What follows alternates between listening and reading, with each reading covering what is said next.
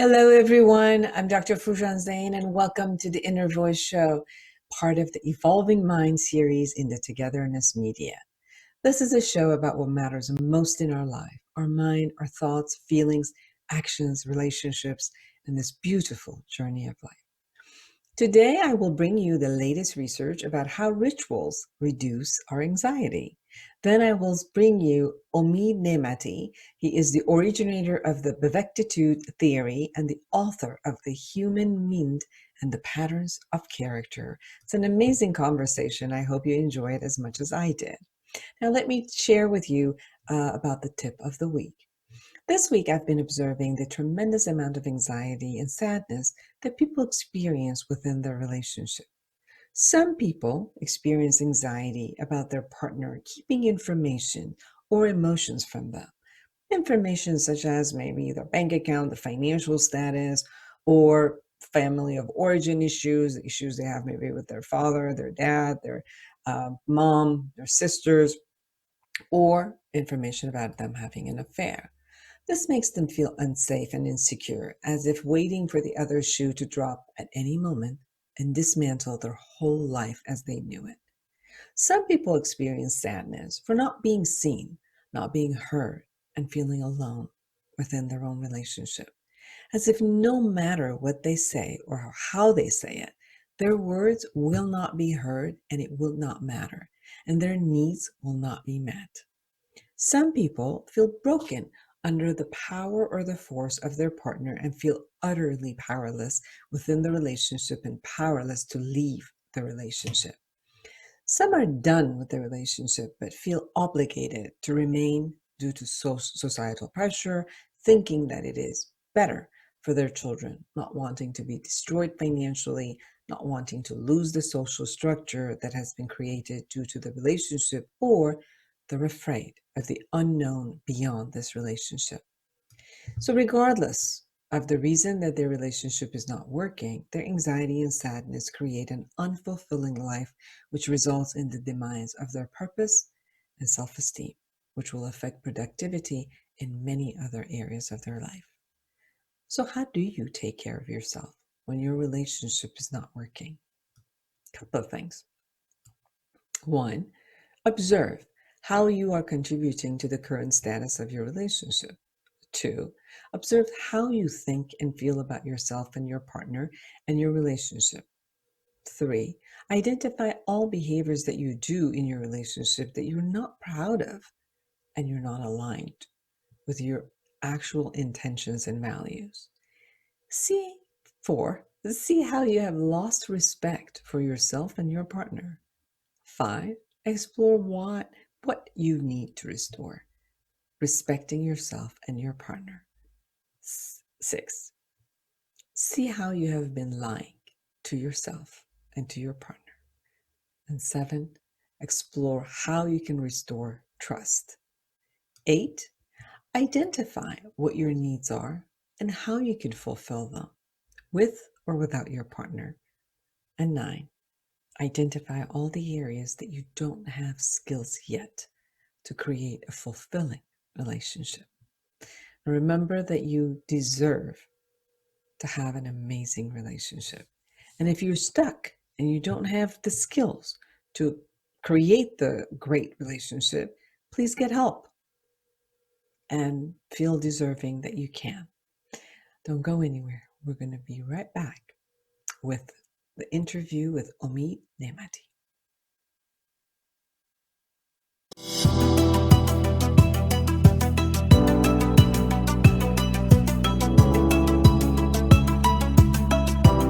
Hello, I'm Dr. Foojan Zeine, and I'm a psychotherapist and a life coach.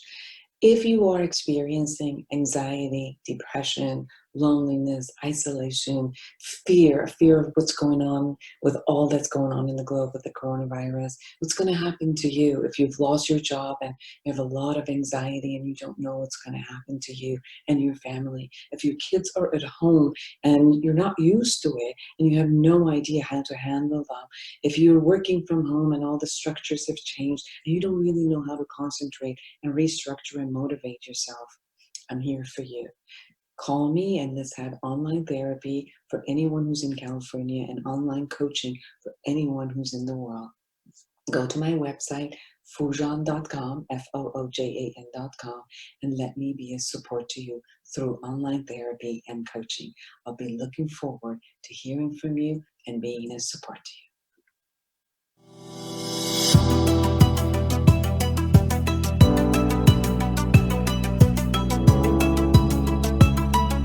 Welcome back to the Inner Voice Show.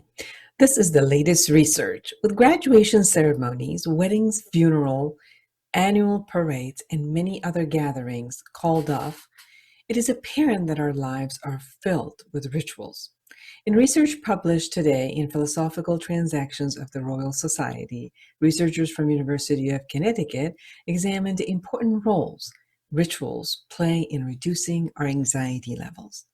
In the current context of the pandemic, if you were a completely rational being, perhaps an extraterrestrial who's never met any actual humans, you would expect that given the current situation, people wouldn't bother doing things that do not seem crucial to their survival.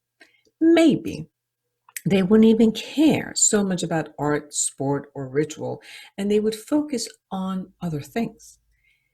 If you were to think that, it would show that you didn't know much about the human nature because humans care deeply about those things. Rituals play an important role in people's lives, helping them cope with anxiety and functioning as a mechanism of resilience. Researchers explain that to study something as complex as human behavior, it is important to approach the question from multiple angles to collect converging evidence. First, in a laboratory study, they found that including anxiety made people's behaviors more ritualized. That is more repetitive or structured. So the next step was to take this research out to real life situations where they examined whether performing cultural rituals in their natural context indeed helps practitioners cope with anxiety. The researchers induced anxiety by asking participants to prepare a plan for dealing with a natural disaster that would be evaluated by government experts. This was stressful, as floods and cyclones are very pertinent threats in that context. Following this stress-inducing task, one half of the group performed a familiar religious ritual at the local temple, while the other half were asked to sit and relax in a non-religious space. The researchers found that the speech was successful in inducing stress for both groups, but those who performed the religious ritual experienced a greater reduction in both psychological and physiological stress, which was assessed by using wearable technology to measure heart rate variability. Stress itself is important. Stress acts as motivation that helps us focus on our goals and rise to meet the challenges. Whether those involve studying for an exam, flying a fighter jet, or scoring the winning goal, the problem is that beyond a certain threshold, stress ceases to be useful. In fact, it can even be dangerous. Over time, its effects can add up and take a toll on your health, impairing cognitive function, weakening the immune system, and leading to hypertension or cardiovascular disease. This type of stress can be devastating to our normal functioning health and well-being. The mechanism that we think it's operating here is that ritual helps reduce anxiety by providing the brain with a sense of structure, regularity, and predictability. In recent decades, we have begun to realize that the brain is not a passive computer, but an active, predictive machine, registering information and making predictions to help us survive. So we come to expect certain things. Our brains fills in the missing information for the blind spot to our vision and prompts us to anticipate the next word in a sentence. All of these things are due to this effect because our brain makes active predictions about the state of the world. Well-practiced rituals, like the one included in the study, are repetitive and predictable, and therefore, the researchers believe it gives our brain a sense of control and structure that we crave. And those feelings help alleviate stress. This stress reducing impact of ritual could be a way to cope with chronic anxiety. In today's stressful context, we see ritual taking a different form, from people gathering to applaud healthcare workers to virtual choir singing across the internet. Researchers also note a recent study that tracked in the increase in people's typing prayer in Google searches. So, in this unpredictable time, people are continuing to find relief in rituals. We as human beings are not as smart as we'd like to think, but thankfully, we are at least smart enough to be able to outsmart ourselves. We have many ways of doing this. For instance, when we look at ourselves in the mirror before an interview and tell ourselves, okay, I can do this. Or when we take a deep breath to calm down, we have all of these hacks that we can use on our own very brain. We could rationalize it or tell ourselves, okay, I'm going to lower my heart rate now. Well, that doesn't work. Ritual is one of these mental technologies that we could use to trick ourselves into doing that.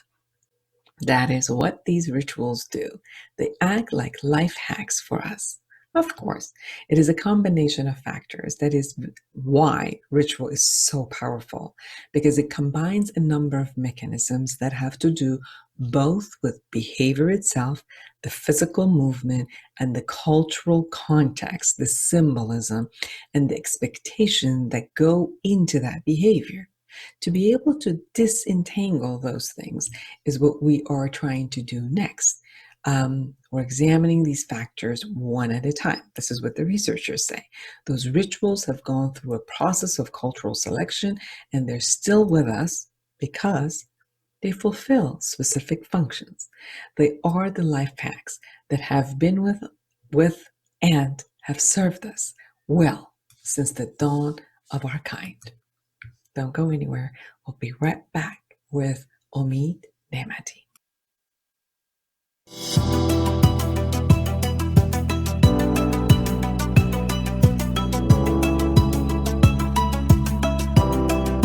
Welcome back, everyone, to the Inner Voice Show. I'm Dr. Foojan Zeine, and I have Omid Nemati with me. He is the author of The Human Mind. Actually, it's MIND because it's a mind with two eyes. Human Mind and Patterns of Characters, which takes you through the Vivectitude therapy in a storytelling style. Now, he's also the author of MIND Awareness series of 12 books. Welcome to the show. Hello, everyone, and thank you, Dr. Zeine, for giving me the opportunity to take part in your show. As I was reading your bio, Mr. Nemati, what was interesting, I can call you Omid, right? Yeah. Can I call you Omid? Okay. Omid, I was looking at your bio, and then I saw you had written that you went from getting an MBA in England, and then you started studying hypnosis at age of 15, and then you kind of went through looking at how to work with trauma, and you created this therapeutic model. Although your background is not a psychologist, is not a therapist, and yet you are choosing to go from the business aspect to creating a therapeutic model for the mind, the cognition, the emotion, and releasing trauma. So what got you through exploration of this route, and how come you landed here? Right. Well, that's a long story, actually. I've always been interested in psychology and philosophy. So, as you mentioned, in age 15, I started studying hypnotherapy to become familiar with hypnotism and NLP. So at the time, it was more to attract attention, maybe in age of 15. You know, I was still a teenager and I just wanted to say, oh, okay, I can hypnotize people and I can lock their hands together. And then I went to the uni and started with computer studies. And at the end, I did my postgraduates in business administration and also aviation. So that was my interest also. that continued to year 2012, when when I went through a traumatic experience. So as a result, I had post-traumatic stress disorder, which is known as PTSD. At the time, I didn't know what that was. Then I started seeking help and starting reading books and going to therapies and workshops and absolutely anything that I could see and have kind of built up my hope that that could help. I started studying and going and take part in that. And I became familiarized with cognitive behavior therapy, and then I did schema therapies and studied schema therapies, and I did it all by myself. You know, I didn't go to the university or anything, just from the books and videos and everything like that. And gestalt therapy. Well, hypnotherapy I already was familiar with, and the Ian Pavlov philosophy. I started studying philosophers' books and try to answer all of these WH questions. And okay, gradually my knowledge built up, and I found myself being a psychotherapist, you know, but without any uni certification. And then, okay, I managed to help myself. And at the same time, I thought I am not the only one who is suffering from PTSD. You could say, I mean, many psychotherapists and philosophers said that actually that everyone can be a victim of PTSD. So you don't necessarily have to have a traumatic event, kind of like a war or a kind of rape, to suffer from PTSD. And then I thought that will be very beneficial and helpful for people to have a visualized form of how the happenings inside of mind, human mind. And because I came from, my background was engineering, and I was very interested in computer and in computers industry, and also engines, car engines, airplane engines. You know, I actually know how car engine works, and I can theoretically repair it. I thought we need something to visualize the happenings, you know, these thoughts, emotions, and feelings. Where are they coming from? What comes and goes? Why do I just, are they randomly come or not? And then I kept writing these questions on the mirrors, windows, walls, floors. So with these marker pens. And at the same time, I was studying. So that was 2012. And then gradually the idea of aptitude came up, and then full of now and the other components of the Mint model.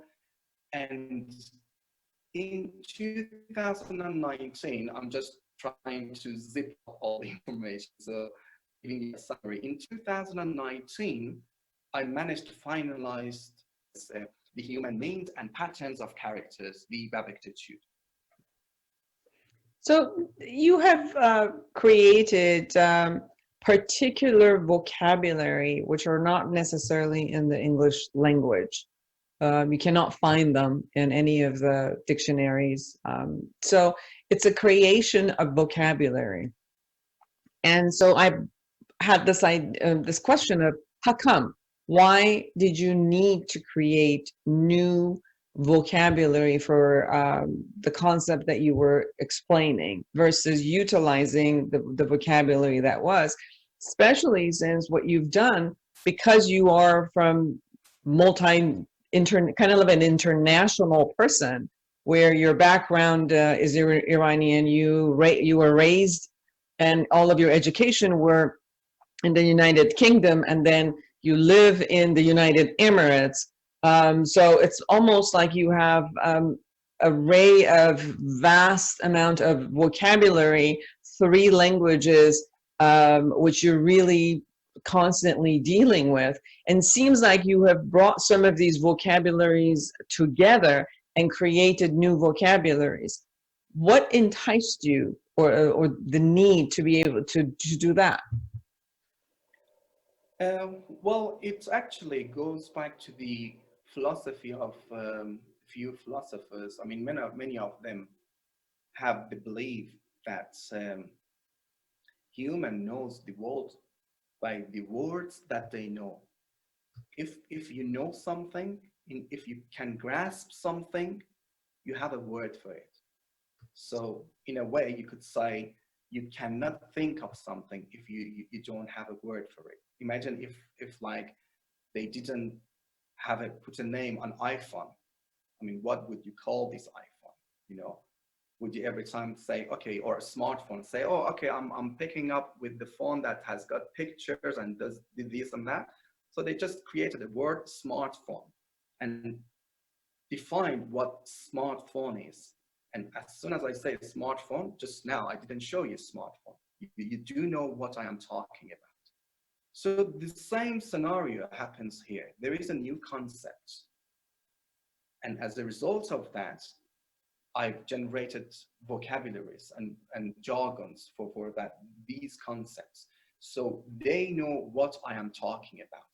So when I say babectitude, after you do the sessions and take my classes or read my book, you would know that I'm talking about human genetic needs and human beliefs.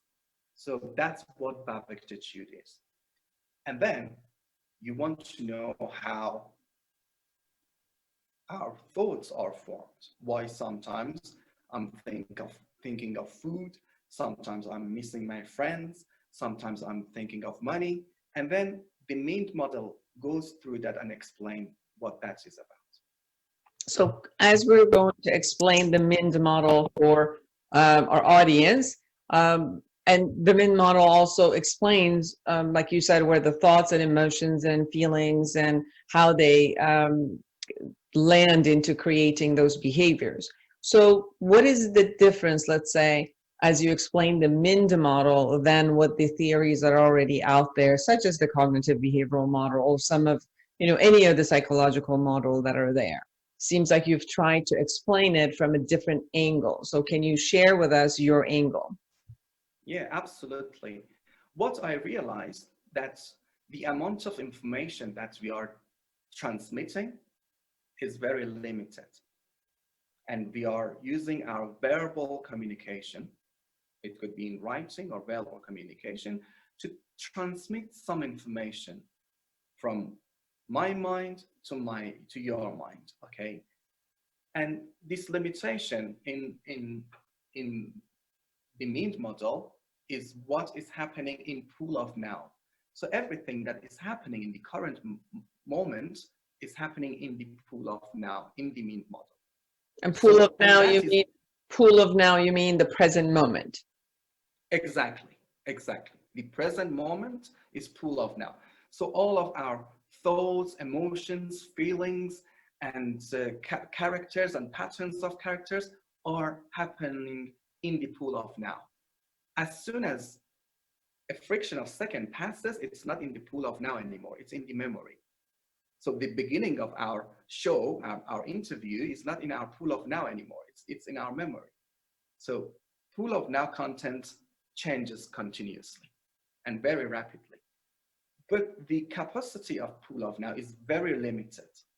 So the amount of information that we can deal with in the pool of now is very limited. So I thought if somehow we can zip up these information. So you asked me about the difference in, for example, cognitive behavior therapy to babectitude therapy. In cognitive behavior therapy, you sit and talk, use verbal communication. But by visualizing some concepts, which are the formations of our thoughts, emotions, and feelings, which are linked to our beliefs and our human needs, our genetic needs, if somehow we can zip up like the zip file in computer Windows and visualize it, we can have more information accommodated in the pool of now. As a result, we can get to some conclusion and some visions that with verbal or written communication, we would not have that ability. So you're saying that we could have access to the visual component within the here and now, and in order to have more information so that we could, let's say, make this better decisions or create behaviors that are, encompass as most of us, most of the who we are into that decision making and action. Is that what I'm hearing? Absolutely. Okay. Absolutely. So then how do you access those visual information, and how do you how do you access them? Two, how do you bring them into the present moment, as you call them, the pool of now? Okay, great. So visualizing and these new vocabularies, the jargons, are two of the major tools which facilitate you, which gives you that ability. So instead of thoughts, you say patterns of characters. Okay, in 24 hours, we make from 60 to 80,000 thoughts. Okay, so you can zip them up by characters. So name them, label them. What type of thoughts, what kind of thoughts, what sort of the thoughts, the classification, the profile, what's the stamp of these thoughts? Is it my logical character? Is it my angry character? Is it my kind character? Is it my selfish character? Is it my egoistic character? And Is it my hungry character? All the way, these are characters. These are actually the stamp of our thoughts. And the characters are a combination of thoughts, beliefs, emotions, and physiological, chemical presentations, and let's say body reactions and body languages, and behaviors. This is all comes in, like, for example, if I have an angry character, Yes. it seems like it has to have a specific thought process or belief system, emotions. Then the emotion shows up in my body. So obviously I have a certain chemical reaction that shows up, and then I will have a physical reaction to it. So other people will really see that I am angry, and then there's a behavior that shows up. So will all of this be on the network of that character at that moment? It's very surprising that you actually said a lot of things that I was going to come to. That's right. However, we get into more details and we actually again go to more divisions. So we have our characters, which are our thoughts, and you talked about our emotions and feelings separately are pumped up on our stage of now. Stage of now, I haven't spoken about stage of now yet, but stage of now is the interpretation of pool of now. Pool of now is the place where the experts are dealing with. But stage of now is the interpretation of pool of now. So on stage of now, anyone can watch it, look at it, and understand, from someone aged 10 all the way to someone who is, I don't know, over 100 years old. So the character play the acts on the stage of now, and as a result, emotions and feelings are pumped on the stage of now. So when your anger character is acting on your stage of now, relevant emotions and feelings are pumped. Or when your kind character is acting, you will have different emotions and feelings. And regarding the chemicals, they separately are shown on the indicator panels. So on the stage of now, if in my book, you look at the Mint model, you will see the stage of now. The walls of the stage of now, where the acts and plays are played in the current moment, you can see the indicator panels, which shows your heart rate, your breathing system, your tension, all the chemicals, endorphin, whatever you can think of, even the things that are not discovered yet, they will have the place allocated on the indicator panels on the stage of now. So maybe I'm not alive, but when it's discovered, that's the place to sit. So we have a shelf set up for those things already on the stage of now in the Mint model. It's interesting, as you're talking to me, I keep thinking about the animation in and out, and I keep thinking that your book should become an animation like that, because first of all, it's for everyone who's watching us, listening to us. This book it has all illustration and is done in a storytelling to explain, and that's what Omid is trying to explain to you as he's utilizing the pool of now, the stage of now, what the characters are. These are all in the illustration, and it's done in a storytelling way so that it really hits home in all the different levels of conscious and subconscious for you guys. But as you were talking, I'm like, dude, you've got to put this in animation, in television and theater, because you're bringing it into a level of a play. There's definitely a play happening here where visually you can see in what's going on. All right, back to the scientific aspect of it, beyond my imagination. All right, so we have characters that come alive in us because throughout our history, our time, we have captured different roles that have suited us, let's say. For example, if I have an angry character, that means I've been utilizing this part of me a lot, and that's how it has actually created a character of its own. We call it like maybe subpersonalities in a sense, because each one of them has all of its component. And what I got from you is that they're like empty dolls, which are actually sitting on a shelf until they come to the pool of now, and until they come to the present moment, which I need to use them. So what I do is I bring them back, and the minute I bring them back is almost I turn it on as a doll that it turns on, and then all of those components start showing up, which are the emotions and the physical reactions, and all of it becomes part of the now to do whatever it's strategically it's supposed to do at that moment, to take care of me, to act a particular way, to whatever the reason or the intention is at that moment, that I bring that part of my character right out. Is that what I'm hearing?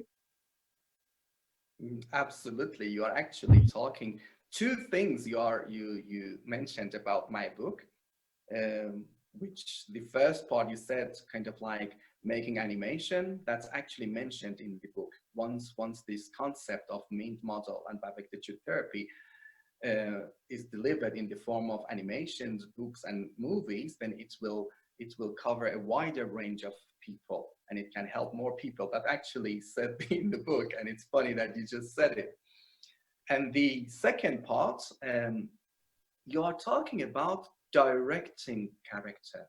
So in the book, you have kind of like advent of observing character.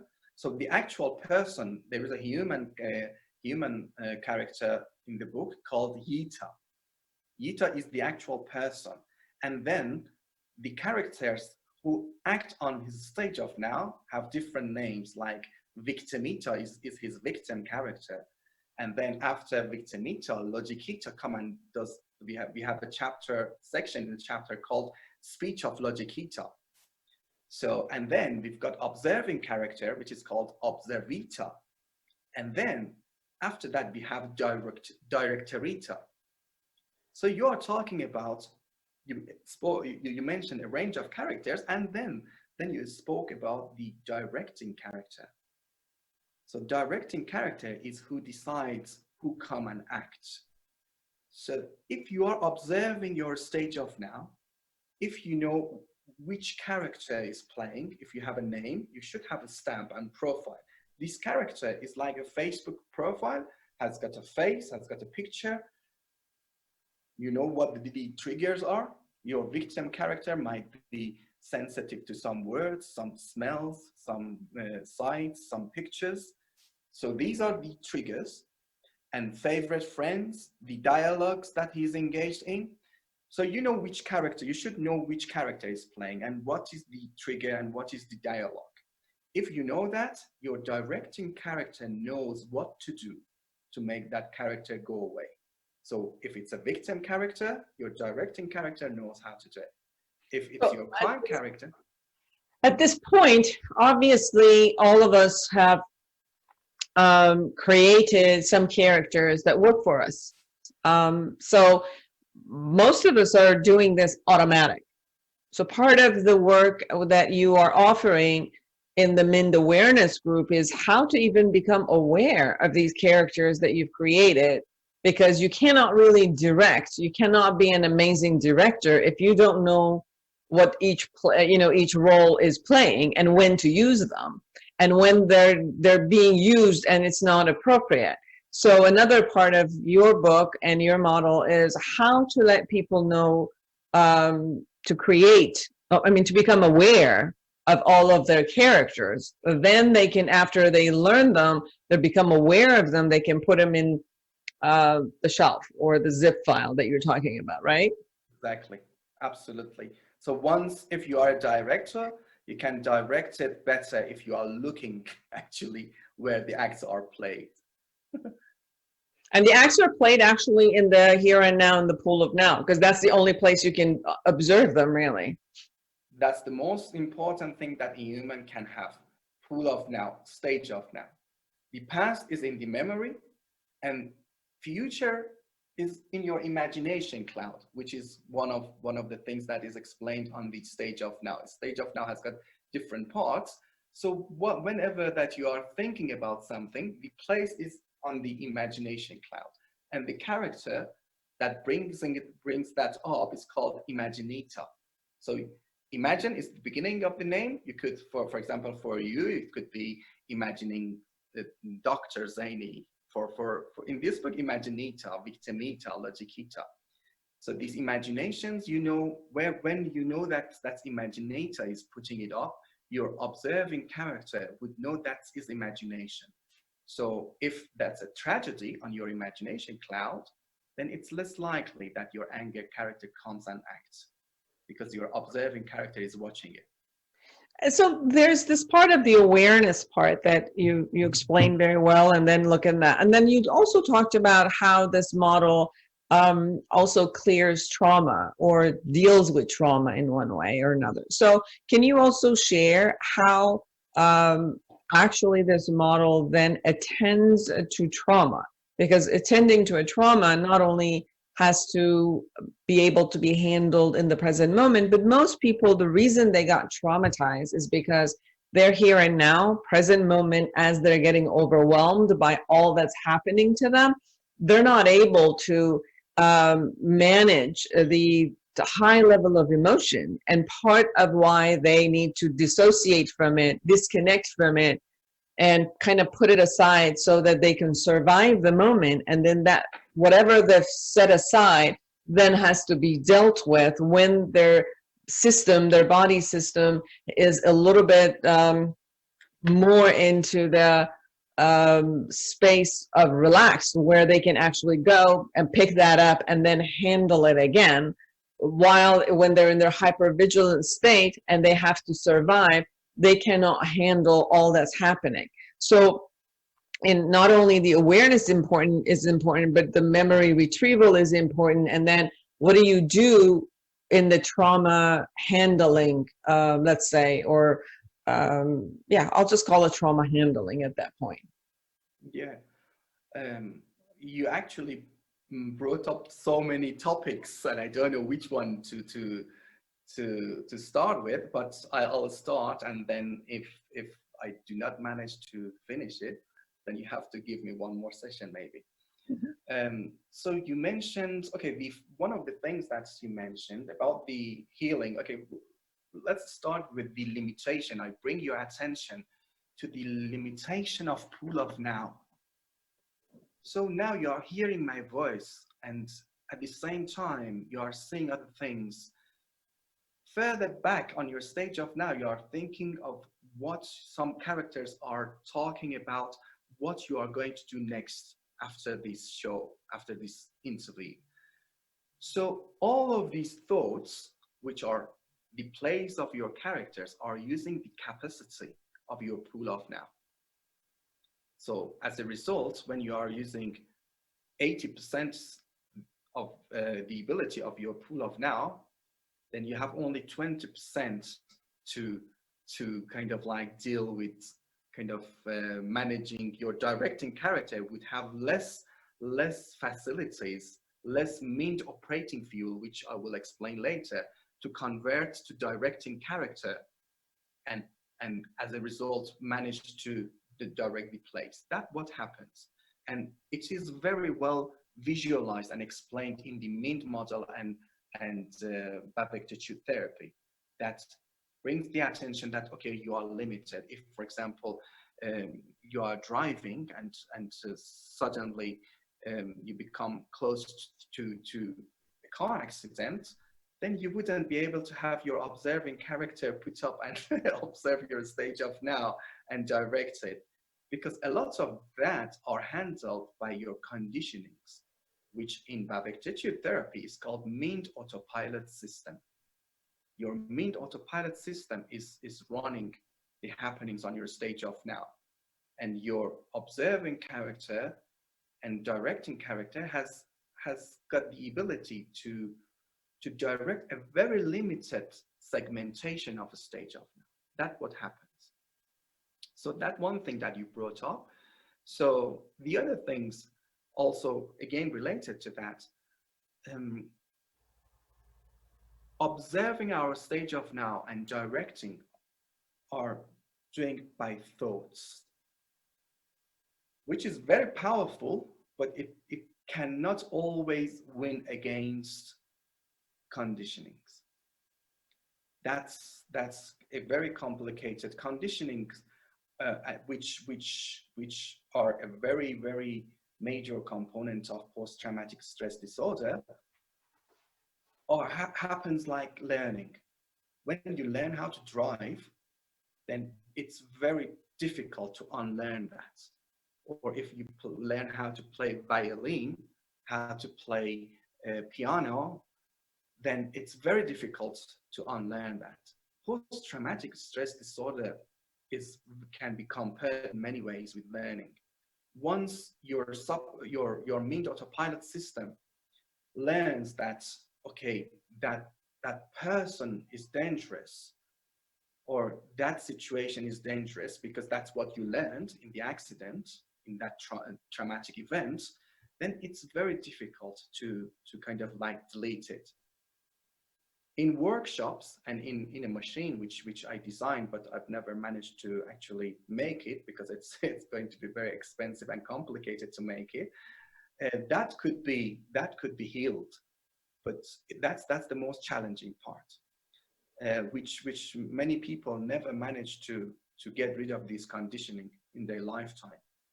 So they need to learn how to live with it and how to make the best play on this stage of now, which can be a better and more desirable play, rather than try to fight with that kind of character, the victim character, who keeps coming and showing up on the stage of now. And a lot of time, thoughts cannot win against emotions. When emotion comes, you cannot think logically and say, okay, I'm observing my stage of now and my director character. No, the victim character comes and you have to give it the chance to do his act or her act and go. And at the same time, try to reconstruct the construction and the formation of your attitude trees, where the conditionings and educations are stored. So hopefully, after a few years, you will have less performance of this victim character. I think I answered all the questions, right? So. Yeah, what shows up for me is that although you're very accurate about the conditioning that is happening, is that first, I think that we shut down behavior in the pool of now, as I'm trying to also bring to kind of like bring what I know into your model and take from your model as we're kind of integrating this. It seems like the behavior has to stop. So the action needs to stop before there can be actually an awareness of what's going on and then shifting. So the first part would be to stop acting, stop talking, stop doing anything, so that you could be aware of that conditioning for a minute, or we might even become aware of that conditioning is present in the pool of now or the stage of now that you're talking about, by recognizing that that's happening, and then stop the act, and then be able to like shift to another maybe character that we've redesigned or created, so that we ask the other character to show up and play the role versus this one going back, until all of these machinery technology that are getting created come in, and the world of cognitive sciences with the technology are going to take us to completely other places, I'm assuming within the next 10 years, because I'm privy to getting presentations from amazing companies with amazing technologies that are bringing to change the brain waves. And there was one that I was listening to, that they'll take the brain wave and they'll return your own brain wave to you through the music, and the brain balances itself, and through that balance lets go of the trauma that has gotten created. So I'm sure within the next 10 years we will have a lot of electronic devices that will support us in changing the physiology of our body as it got caught into some of these conditioning or traumas. But at this point where that's not available yet, I'm necessarily kind of based on what I know in my own model and the field, and what I'm hearing from you at this point is recognizing the awareness of those characters, the physiology of it, the conditioning of it, the awareness and the stopping and reshifting at this point is the best that we could do. Is that what I'm hearing? That's absolutely. I've read your book, Life Reset, and just to let you know, I read your book after I finished my book, so I didn't steal any idea from your book. I know. I know when I sent it to you, it was after you actually sent me the book, so absolutely. Yeah. So in your book, you mentioned younger you. So what I loved it. And then you are if I remember it right, you are going through the beliefs and the behavioral scales, which in my book is called Of That Person, in 7 areas of life. Am I correct? They were 7 areas. How do you choose your friends? What does love mean to you? So you're actually talking about the Babictitude trees. And you are trying to change the formation of the Babictitude by your techniques, which you explained very nicely. I mean, I absolutely couldn't find anything in your book that I say, okay, I disagree with this point. That was brilliant. And these are the facilities that we have until this new technology comes up that does something that is very different. And a lot of time they make a mess, they are not always brilliant. So it takes there is a very long time. I mean, I might not be alive to see those technologies. I hope I am, but so it takes time. I mean, in 10 years time is a good estimation that a lot of things comes up, but to come to perfection, it takes another, I don't know how many years it will take. Yeah. I hope it comes soon. So absolutely, you are talking about absolutely the same thing, but I've been trying to,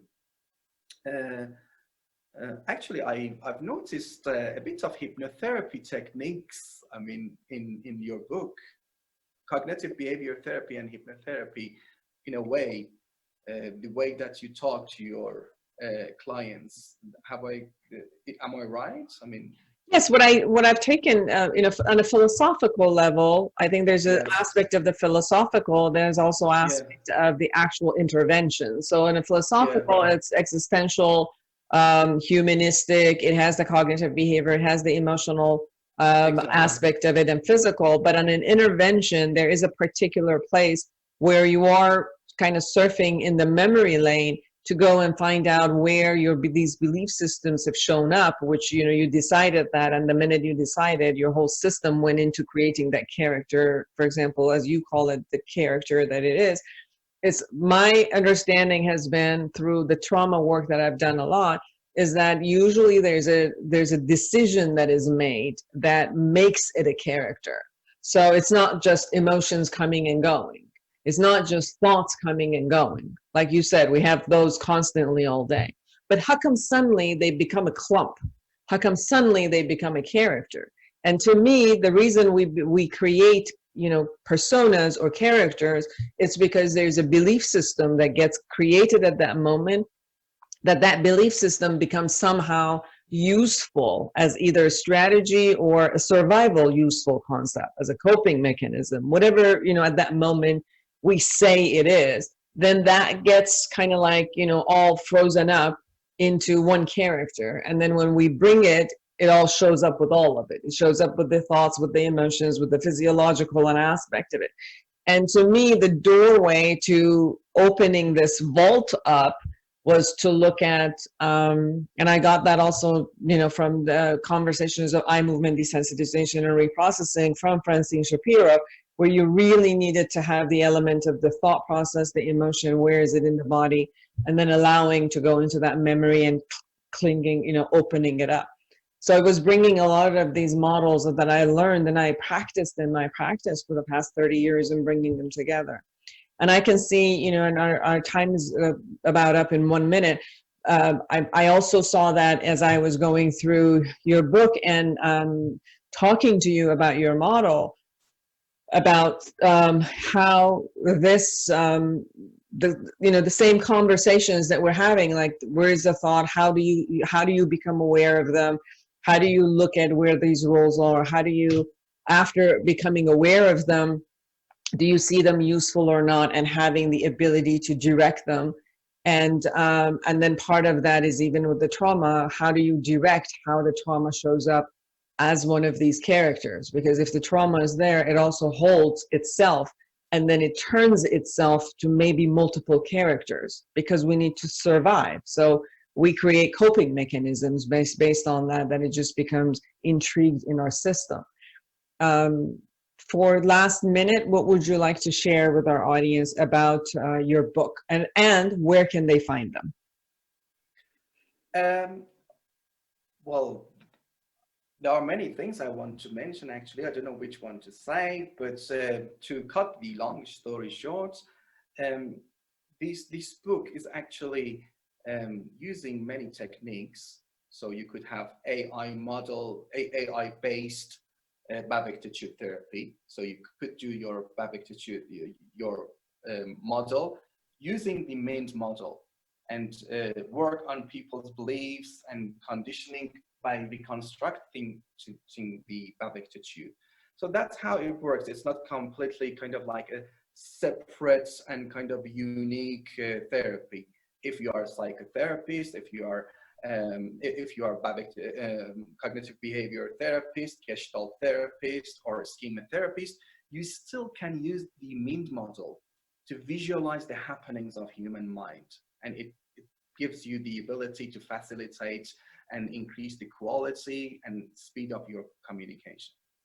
And my book can be, if you search bavectitude, Google bavectitude, or the human mind, the human mind, M-I-I-N-D, my book will come up. You know, I mean, it's available on Amazon and many of other bookstores. You know, I mean, All right, so Amazon doesn't ship to many countries, so depends on where you are located. You could Google up bavectitude. I spell it for you. It's BAVECTTITUD. If you Google bavectitude, it comes up, you know. And do you have a website yourself? There are a few websites where the informations are stored. If you Google up bavectitude, they will come up, but I don't want to give out the URL because I haven't decided which one I am going to use as my main one. There is bevz.com, bavectitude.com, but if you just Google bavectitude, that should come up, you know. And once I decide which one going to be the main one, I will mention that this is the main website for Bavectitude therapy. Beautiful. For everyone, please check Omid Nemati of Human Mind, M-I-I-N-D, there's two I's, M-I-I-N-D, Human Mind and Patterns Character. And to know more about the Bavectitude, B as in boy, A, V as in Victor, E, C as in cat, T-T-I-T-U-D-E. Check him out. I think the book is awesome. It's amazing. It has a lot of, it's a storytelling about your mind and how it works. And I think that you will all enjoy the book and the model. Thank you so much, Mr. Nemati, to accept my invitation to be on my show. And hopefully more and more, and hopefully we'll see your animation all over the world. Thank you. It was an absolute pleasure to be with you. And for all of you who are out there, create an amazing life for yourself and everyone around you. Bye-bye.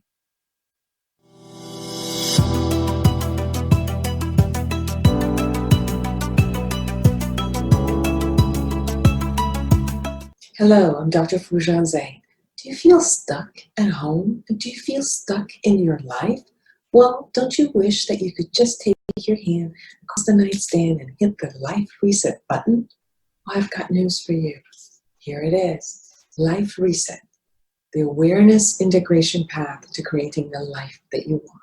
With a simple process, 12 questions, and a process to go deep inside and look at where you are, creating an awareness of the present moment, healing the past, and envisioning a future, and giving you tools in how to take care of yourself and be a whole and complete person as you go into the future. Here it is. Go to Amazon.com or Foojan.com and get your copy now. This is the time you can actually take care of yourself. You deserve it.